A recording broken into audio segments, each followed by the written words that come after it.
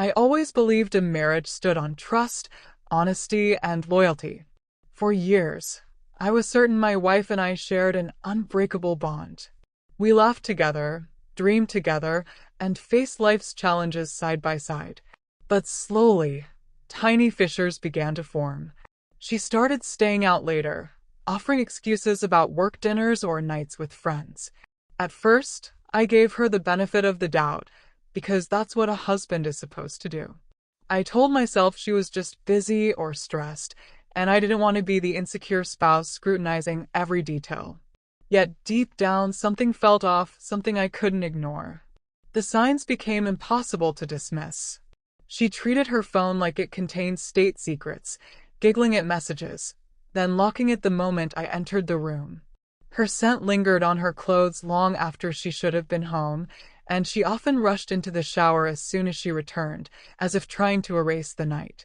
Still, I kept convincing myself that suspecting her was a betrayal in itself.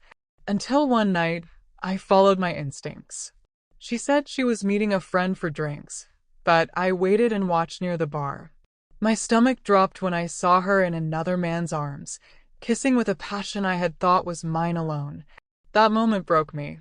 Every shared memory, every laugh, every plan suddenly felt like a cruel illusion. I drove home in silence, my mind spinning between fury and heartbreak. I realized I had a choice: confront her right then, or let her walk back into our home, unaware that her betrayal was already uncovered. That's when the idea of revenge struck. Not violent, but cold, something that would make her feel the weight of what she had done. I wanted her to slip into our bed, believing she could hide her deceit, only to find that I had already exposed it. That night I prepared. I printed the photos I had captured, her kissing him, hugging him, holding hands like teenagers in love. Each image told the story of her lies, of the life she'd been living behind my back. I arranged them neatly on her pillow, right where her head would rest.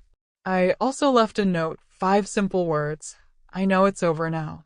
My hands shook placing the evidence, yet I felt a strange calm. The truth no longer hid.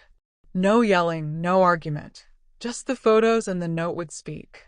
Hours later, I heard her key in the lock.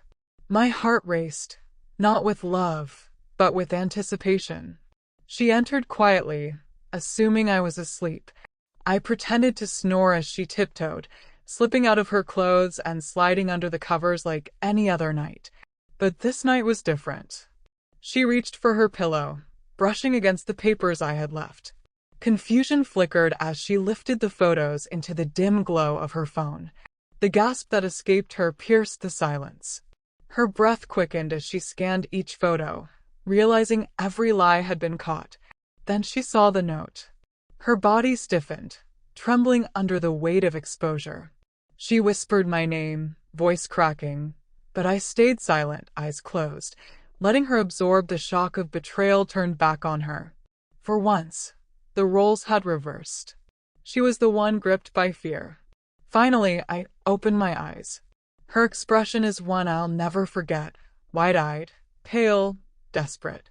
"Please," she stammered. "It's not what it looks like." The classic excuse. I almost laughed. The proof was in her hands, undeniable. I sat up slowly, meeting her gaze with a calm that unnerved her more than any shouting could. "You crawled back into this bed like nothing happened," I said evenly. "But you forgot one thing." I already knew. She tried to reach for me, but I pulled away. The barrier between us was unbreakable. Tears streamed down her face as she begged, promising it was a mistake, swearing she still loved me. Every word sounded hollow, like lines from a poorly written play. I told her what she needed to hear. Love doesn't look like sneaking around. Love doesn't look like lies. Love doesn't look like him. The more I spoke, the smaller she seemed, crushed by her own guilt. Her pleas grew desperate, but my resolve only strengthened. I knew then our marriage was over. I got out of bed, grabbed a small suitcase I had packed earlier, and headed for the door. She tried to stop me, clinging to my arm, but I shook her off gently. This house, this bed, this life, we built it together, but you destroyed it the moment you chose him over me." Her sobs filled the room as I walked away. I didn't look back. For once, I wasn't the one left in pieces.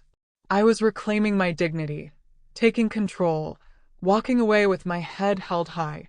The next morning, she called, texted, even appeared at my workplace, but I ignored every attempt. The pictures I had left behind said it all. Nothing remained to discuss. She had crept into our bed thinking she could live two lives, but instead, she found my revenge waiting.